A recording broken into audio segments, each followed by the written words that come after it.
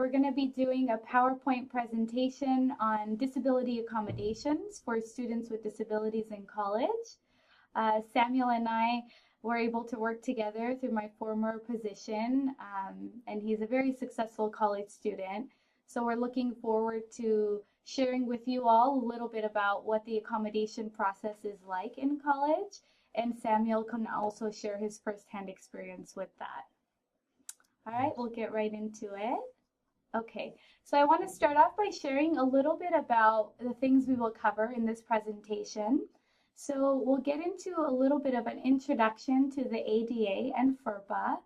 We're also going to be talking about the accommodations process in college, as well as the types of disability accommodations that are available for students. And lastly, we'll also touch on some questions to consider. So what is ADA and FERPA, and why is it important? So I want to provide some baseline information about one major change that students will notice from high school to college is the laws that apply.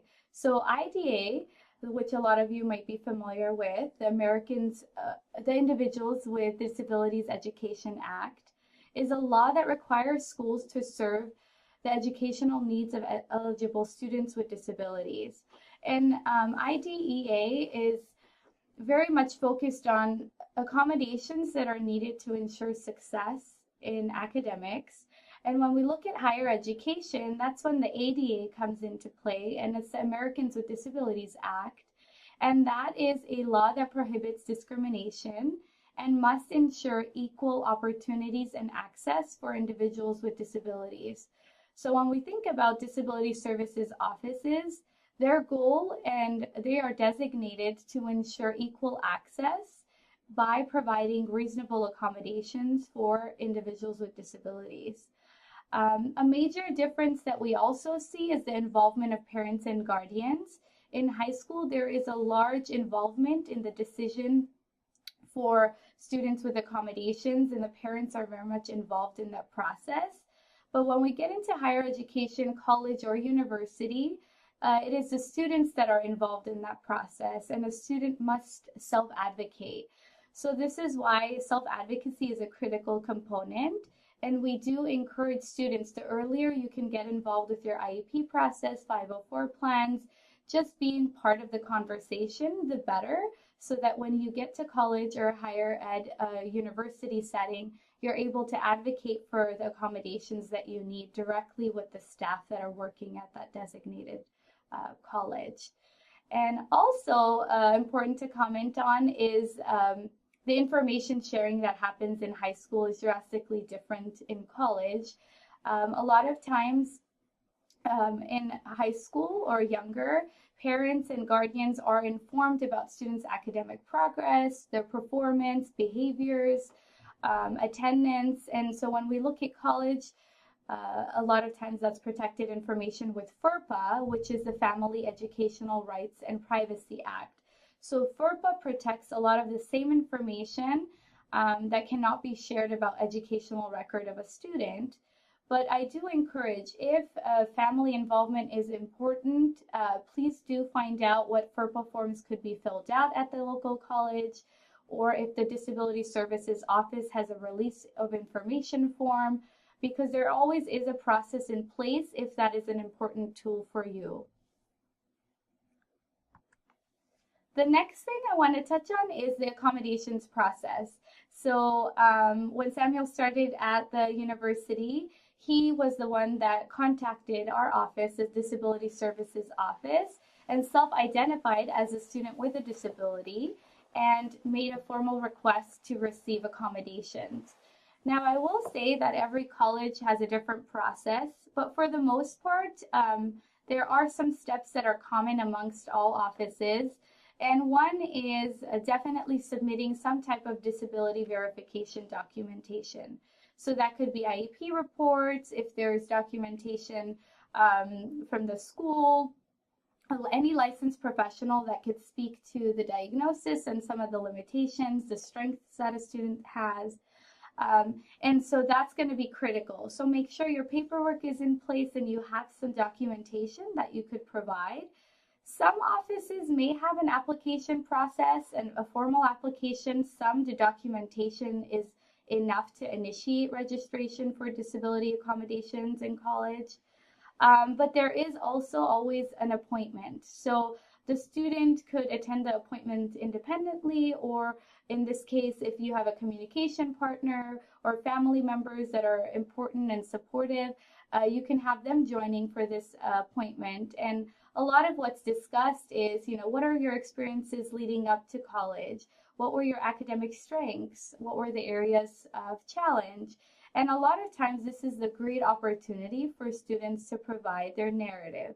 So spend this time sharing about your mode of communication and the very which ways you've been successful leading up to that point, so that the designated staff could, hear that narrative and provide recommendations for types of accommodations that would be justified. And to continue on with this process, once a student registers, at the conclusion of their very first meeting, you should have a very good idea of what your approved accommodations are for in-class testing. And also, a lot of students ask, well, how much is communicated with my instructors? Will they know the accommodations that I need? And definitely, the Disability Services Office is working with the instructors of your classes to ensure that a notification of some kind is sent to the instructor, letting them know of all the verified accommodations that are necessary in order to ensure that that class is accessible to you as a student. One thing I'd like to add, it's very important that you as students ask, is there an opportunity for these types of notifications to be customized? Because a lot of times you'll see they're templated notifications with a checkbox system of what accommodations you're getting, but you might find it very important to have more information on that type of letter for your instructors than what's templated. So asking the question is, can this be customized, or can we attach another document that shares a little bit more insight about how I communicate and what it's like to have me in the classroom? That's a great opportunity for you to advocate for those types of things to be included. Another thing, we talked about the accommodation process, but what are some ways that you can explore what accommodations are available at the college or university you're looking into? You don't have to wait for that formalized appointment. You can do some work proactively prior to that point. As you know, a lot of information is available online, so do look up the designated office and the website of that college or university. Read about what services they've posted about or they're shared about on the web.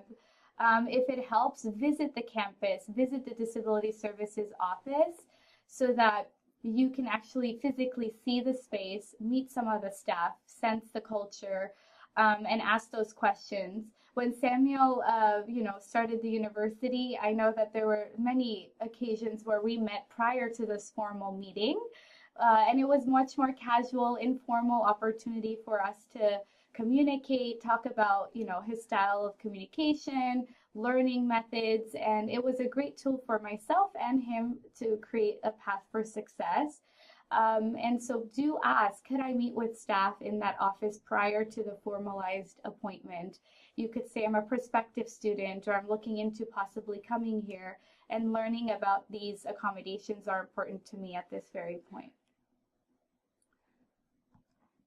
Things to keep in mind, aside from the academic accommodations when the semester begins, a lot of times there's opportunities for students to request accommodations for other things like placement exams. A lot of colleges, universities have math or English placement exams in order to gauge where a student's level of math and English would be for classes. So that is a great opportunity. If you're going to need accommodations for testing for something like that, please be sure you're calling the office and saying, what is the way in which I can request testing accommodations for an assessment that I have prior to the semester starting? Or new student orientation. A lot of times orientation could be one very long day. In our case with Samuel, it was 2 full days with one night overnight in the dorms of the the university, and we connected on that. We talked about what the agenda was for those 2 days. Samuel was able to evaluate, are there accommodation needs for that? Or does he have questions that we can answer in advance before he gets to orientation? So do think about all the different things that might be needed prior to your first day of school, and do not hesitate to reach out and inquire what the processes are for those types of accommodations. As Talar explained, accommodations in the university environment are available, but they may not be the same from school to school. Actually, I have found they are not equal even in the same county. For example, I attended summer school at 2 local junior colleges, and my experience was different from my main campus as well as from one another. I imagine it's because of the differences in their philosophy of providing services as well as their resources.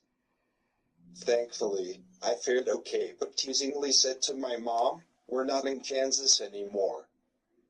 Therefore, I think it is so vital that you to get to know the staff and disability services office of the colleges you hope to attend. I did this. I studied their websites and made appointments with their staff to get my questions answered and to get a feel for the culture of the office and campus. Even though a disability office has not yet provided the supports and accommodations you need, they may be willing to work with you, which is a good sign. Upon reflecting on my experiences with the accommodations and supports I require to access higher education, I have so much to say. But I'll try to keep it brief. Laugh out loud. First, I must have communication to access my classes, peers, professors, and other faculty. Communication is vital. Being able to use my preferred method of communication, including my letterboard, keyboard, iPad, and of course, my communication partner's support, is important to my success as a college student. Delightfully, neither the Disability Support Services and Support Office staff have ever questioned my communication method, nor have any of my professors. I know this may not always be the case, and certainly has not been the case for some of you watching and listening today. Next, I appreciate the extra time I receive to take my exams in a quiet private room. I am able to take short quizzes and multiple choice tests in class with my peers. However, if it's an essay exam or I am extra anxious, I can go to the Disability Accommodations office to take my exams. This is a big relief.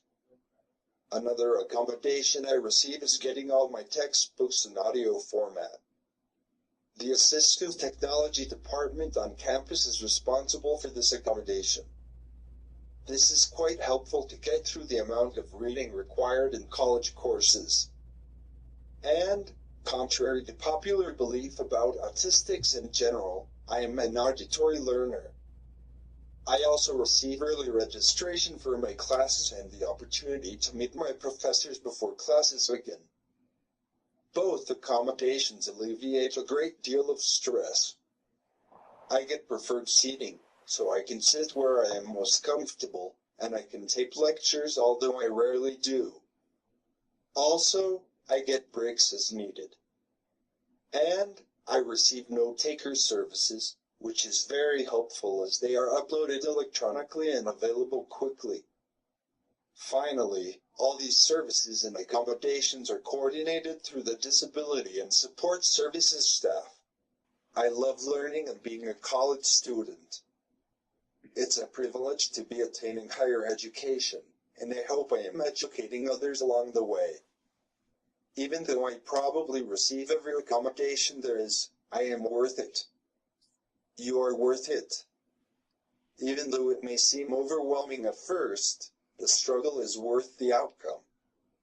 I sit in class and think about what I might be doing instead of learning about neurobiology, legal studies, or conflict resolution. I realize some people watching would like to go to college or other post-secondary programs.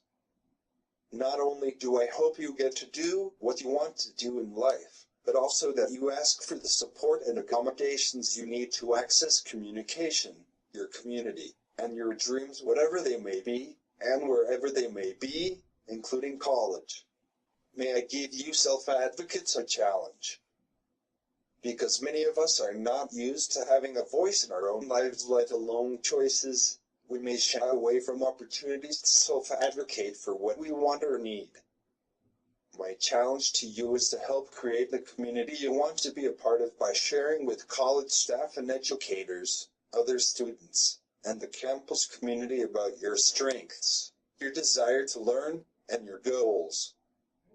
This is a good way to create an inclusive environment and to develop your self-advocacy skills too.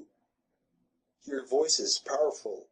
And to the professionals and parents who support students and loved ones who may attend post-secondary education, also known as college, may I offer a challenge to you as well? Seriously consider ways you can help your students to develop their self-advocacy skills now. For example, they may choose to sit in and even contribute their opinions at their meetings for 10 minutes, and possibly increase to longer stretches. I used to write out a list of questions or things that were important to me at home, because I was less stressed there. I find that professionals are often more likely to provide an accommodation or support when it's requested by the individual who will be using it. Upon entering post-secondary education, the fact that I had been groomed to develop my self-advocacy skills in high school significantly improved my experience of feeling included and having dignity through the process. I believe the feeling of dignity is so lacking in the lives of non-speaking, unreliably speaking, and minimally speaking autistics as well as others with disabilities, due to our need for significant support with self-help, communication, and daily life skills.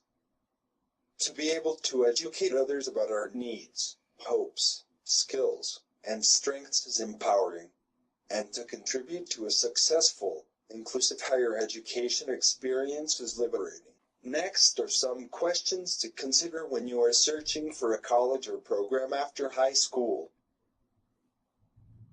Do you have any students with similar accommodation needs as me?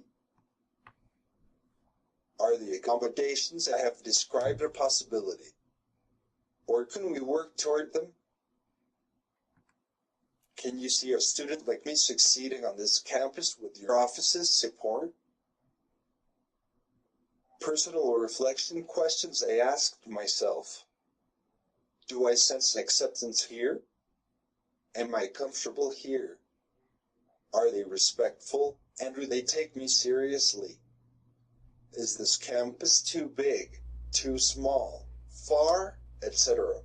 Thank you for joining us, and I hope this has been helpful to my fellow self-advocates, to the professionals who support us, and to friends and families who help us to reach our goals. Onward and upward.